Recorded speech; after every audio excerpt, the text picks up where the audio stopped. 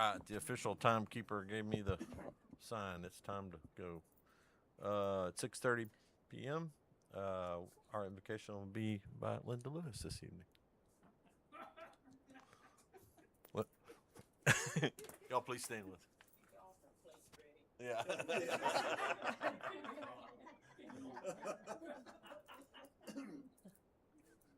want to give a scripture. Matthew 5:9 said, "Blessed are the peacemakers, for they will be called children of God." So we can bow our heads in prayer. Almighty God, as we have gathered here in this place, we're seeking your guidance.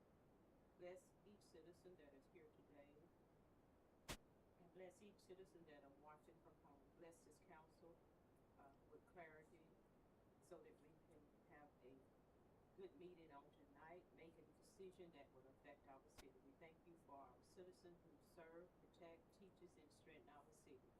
Grant us a unity as we work for the good of every neighborhood in our city. Help us to listen with humility, speak with respect, and act with integrity. This I ask in your name, Jesus Christ. Amen. Amen. Thank you, Linda. Please face the flag. I pledge allegiance to the flag of the United States of America and to the republic for which it stands, one nation, under God, indivisible, with liberty and justice for all. All right, recognitions and proclamations. Come on up, Craig. Craig, you come up. You come on up. And then Barry. Craig Evans, sorry. Employee of the Month. Our Employee of the Month for May is Craig Evans, and the certificate states, in recognition and appreciation of dependable service and unwavering commitment to the citizens of Gainesville. Craig consistently demonstrates dedication by doing everything possible to reduce risk and keep our community safe. His efforts during the recent ice event were exceptional. He went above and beyond, working long hours in difficult and hazardous conditions without hesitation to ensure our streets were cleared quickly and safely. Craig's attention to detail, strong work ethic, and commitment to public safety played a vital role in keeping the community accessible and minimizing the risk for residents and emergency services alike. His reliability and willingness to step up when it mattered most exemplify the core values of the city of Gainesville. Craig is truly deserving this recognition for his outstanding service and dedication.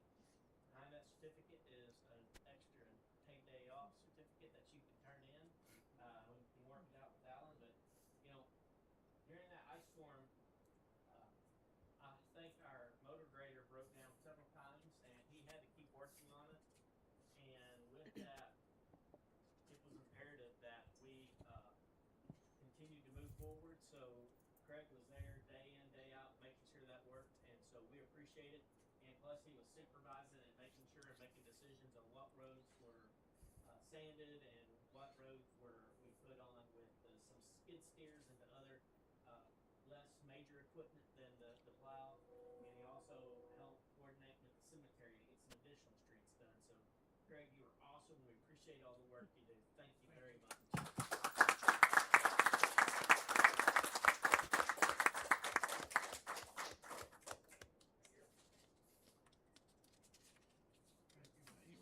If you'll go stand outside a minute, you'll forget how cold it was. Thanks, Craig. Appreciate you. Reports? All right. Citizen comments. We have one this evening. Martin Phillips. And you have 5 minutes. Good evening. I want to speak about transparency regarding the Medal of Honor Street project. I want to begin by acknowledging something I believe that's true. Residents were shown concepts as part of the comprehensive planning process, and many people responded positively. They liked the vision of what the area could become. But supporting a vision is not the same thing as giving approval to a multi-million-dollar project. Residents were never asked whether they supported spending millions of dollars on that specific stretch of road. They were not presented with project costs, asked to weigh competing priorities, or told what other projects might need to be delayed or displaced as a result. When the city says this project reflects what the residents asked for, that's only partially true. Residents were asked whether they liked a concept. They were never asked whether they supported spending millions of dollars to achieve it. Last fall, this project was added to the CIP at approximately $2 million. It is now projected at approximately $5 million. I recognize that the City Council has not approved $5 million expenditure. At this point, the Council has approved approximately $680,000 for engineering and plan development. However, I don't believe any responsible organization spends $680,000 developing plans for a project unless it fully expects to move forward with the construction. That's why I believe it's appropriate to discuss the project in terms of its anticipated cost. Despite that increase in projected cost, there hasn't been a meaningful effort to engage the public on whether this project at this cost is a priority for them. I believe this same lack of transparency extends to the Parks Board. The city has stated that the Parks Board approved this project. Now, technically, that's true. However, the board was not provided with cost estimates, funding trade-offs, or information about how this project compared to other projects. We were shown conceptual renderings and vision materials similar to those shown to residents. And like many residents, board members responded positively to that vision. But supporting a concept is not the same thing as endorsing a $5 million expenditure. More broadly, it's a question of priorities. Some of the concepts that found their way into the comprehensive plan were inspired by visits to communities such as Highland Village. There's nothing wrong with learning from successful communities, but Gainesville is not Highland Village. When I talk to residents, I do not hear people asking for decorative landscapes. I hear people asking for reliable streets that don't damage their cars and responsible stewardship of taxpayer dollars. In short, people are asking to fix the street, not build streets of gold. I have heard from many residents who do not believe that this is a good use of public funds. But to be fair, any one of us can end up hearing primarily from people who share our views. That uncertainty is exactly why we should not assume consensus. Before moving forward with additional spending, I strongly encourage the council to directly engage residents on whether this project at this cost reflects their priorities. The quiet zone referendum is a precedent. Finally, because of these concerns, I have decided to resign from the Parks Board and step down as chair. This was not an easy decision. I take public service very seriously. However, I can no longer allow my continued service to be cited as support for a process that did not provide either the Parks Board or the public with the information necessary to make informed decisions. Residents deserve to know the projected costs. The Parks Board deserved to know the projected costs. Because this did not occur, I can no longer lend my name to this process. I mentioned you shouldn't assume consensus. I suggest before you spend another dime on this project, go talk to your constituents. Not your friends, your constituents. Ask them if they support spending this amount of money on this project. What they tell you is what you should be listening to. What they tell you, your constituents. Thank you. Item 7, consent agenda. Any questions, comments, discussions? If not, entertain a motion. I'll make a motion to approve. I'll second. I have a motion and a second. All those in favor signify by saying aye. Aye. All those opposed, same sign. Motion passes unanimously, 1 absent. Item 8, action items. Item A is consideration of an action on a resolution of the City Council of the City of Gainesville, Texas, authorizing a funding commitment and support for the Gainesville, Texas Heartland Flyer Corridor Grade Crossing Investment Program, authorizing the submission of a grant application to the U.S. Department of Transportation under the Consolidated Rail Infrastructure and Safety Improvements Program, committing local matching funds and providing an effective date. This is a different grant program, but it is the exact same grant application except a few changed words in the narratives that we approved several months ago for the intercity passenger rail grant. Tonight, you're looking at 2 additional grants that we're asking for the exact same thing in all 3 grants. And this, the city would be saying, hey, if all of our partners come in as we want them to and pay their portion, the city's willing to pay $1.85 million to basically have an overpass over 1202, the rail on 1202, close down the Weaver crossing, and basically on the north side have a road go from Weaver over to Grand Avenue, which would be a section of Wolf Run Road. And then south of Weaver, that road would go towards the west, and that would connect to Refinery Road and be sort of part of Sybil's Bend Road. Mm-hmm. And so that's how that intersection would be taken care of. Then eliminating, I believe, the Belcher crossing, which used to be important, but after we removed the bridge back in around 2015, when we widened the creek there, well, that one, it just goes into one other subdivision, and that subdivision has 3 different ways out of it going towards Scott, and then Scott Street about a block away you can cross. And then it also calls for closing Cole Street, which not too far away, McCubbin has a crossing. Then it is improving all the other crossings in the city with additional cross arms and doing all of those type of items to improve safety throughout the city. Totally is a $57 million program where the city would be looking to put in $1.85 million. So for this grant and the next one that you're fixing to look at, they're the same thing. Now, if you go with the railroad crossing grant, it's required that you apply for the Chrissy grant, because you can do everything with the Chrissy grant, but with the railroad crossing grant, you can only do railroad crossings or crossing eliminations. So with the crossing eliminations, you can eliminate crossings. With the Chrissy, you can do several things. So we're asking for the exact same grants in both of those, and but we're not committing 1.85 for the first grant, 1.85 for the second grant, and 1.85 million for the third grant. If we get one or all 3 of these where they might split it up, the maximum out of pocket for this, how we have with the budget right now, would be 1.85 million. So don't think we're overcommitting ourselves. It's just, if one of them pays off, that's the only one you go with. And the federal government is not going to approve full funding for all 3. Right. Okay. Questions? Discussion?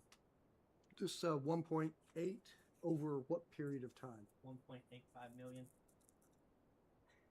I think it would be something like 4 years.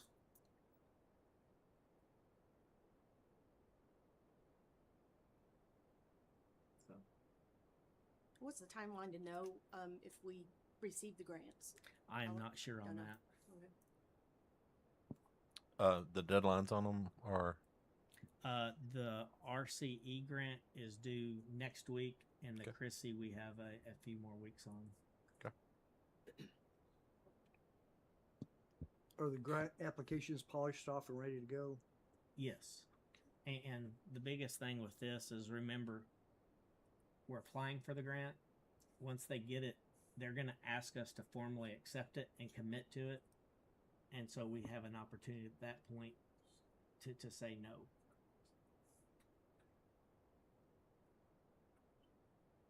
But if we don't apply for it, we don't get anything.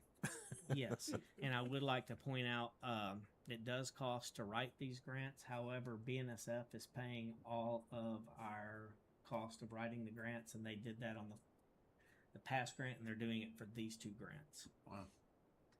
So at this point, we have nothing. We don't have anything to lose. Okay. That is correct. Do you happen to know an approximate timeline in between the time they award the first grant and the second, when they'd be awarding the second, third grant? No, I'm guessing it's going to be something like 3 to 6 months before we'd know.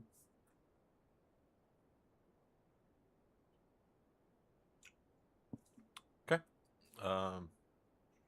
Any other discussion? Not entertain a motion. I'll make a motion to approve. I'll second.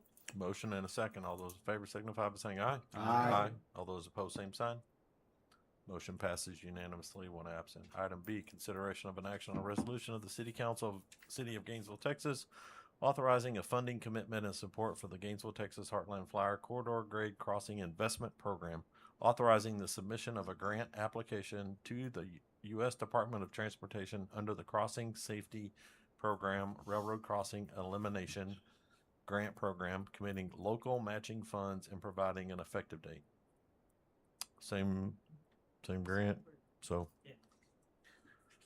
Different grant, same application, So- besides a different grant at the top, and maybe Right. a couple word changes for what they want us to focus on. and 57 million. Okay. Everything else is exactly Okay. the same. And even though the Heartland Flyer is in the name, that whether that's running or not doesn't affect the program of any kind. It seems like No. it'd be benefiting just the a city section- and commercial traffic. It's because that is a section that it runs on and differentiates it from some other sections of the BNSF railway. Gotcha. No other discussion? I entertain a motion. I'll make a motion to approve. I have a motion to approve. A second. Second, all those in favor signify by saying aye. Aye. All those opposed, same sign. Motion passes unanimously. Item, one absent. Item C, consideration of an action on a resolution of the City Council of the City of Gainesville, Texas, authorizing the purchase of a AZ480XI wheel assist model from Asphalt Zipper, Inc., authorizing the city manager to execute all necessary documents related to the purchase and providing an effective date. We've been talking for a while about this. Y'all approved me to lock in the price a couple months ago, and so we did that, and that locked in price is $346,030.50. But now they want a PO. Now we will be requesting that they postpone delivery and completion because they do have to build the machine. But we'll be asking that they arrange that build and that delivery to be after October 1 so we can utilize funding that we budget for next year. And if they get it to us any sooner, then we'll just take it out of the same fund we would have for next year. But right now, they said they should be able to work with us as long as they have that PO, and the price will be good. Any discussion? So this mean the price wouldn't go up from the 346,000? Mm-hmm. I think It's- that's because if we don't commit now, Then the price will go up. Right. Price will go up. It's same thing that we've done. Like next year, we're going to get a brush truck. We weren't going to order the brush truck until 2027. However, because it took over 12 months, I think it took 18 to 20 months to get that truck built. We approved it, and every year they had been going up 15 to 20%. And so we locked that price in. We got them to build. So next year we will be paying for that truck, and it will be coming in. And we did a larger engine that would take, I believe, 4 years to build. Yeah. Because it doesn't take that long to build it, but that takes that long to get it in the queue, so then it could be built. It's not like that machinery takes that long, and then once again you lock in that price at that time, because then they can order their steel, they can order their drawers, they can get all that locked in from their suppliers. So that's what we're doing with this asphalt zipper. Is we locked in the price. Now it's time to do the next thing to make sure the price will be locked in, is to do the PO. But when you do the PO, you are committed. Does this price include training of our personnel? Absolutely. So it's turnkey, except for the Yes. asphalt itself. Yes, and Yeah.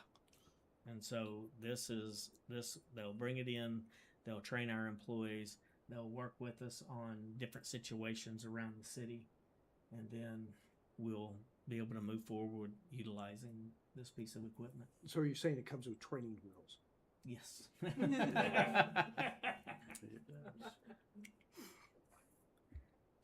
Any other discussion? I just to throw in that we've been talking about this for months and months and months, and so I know it's been vetted, and I believe this is a alternative or a solution that complements what when we have to do major rebuilds, and those are still going to be required, but this is going to let us have the ability to do jobs like what we did on Leach Street, where it's basically a repair, resurface. And that's it. So it takes both approaches to address getting streets done in this town, this community, at a faster pace than we've been doing it. I'm absolutely for moving forward. Okay. Any other comments or discussion? So entertain a motion. So I'll make a motion to approve. Have a motion to approve. I'll second that motion. In a second. All those in favor signify by saying aye. Aye. All those opposed, same sign. Motion passes unanimously. One absent. It is 6:50. We will go into executive session under Vernon, Texas Code, Government Chapter 551 to discuss the following: consultation with attorney. No, we're not doing that one. Okay, we're doing the real property northeast corner of Grand Avenue and Highway 82. We only have one item, right?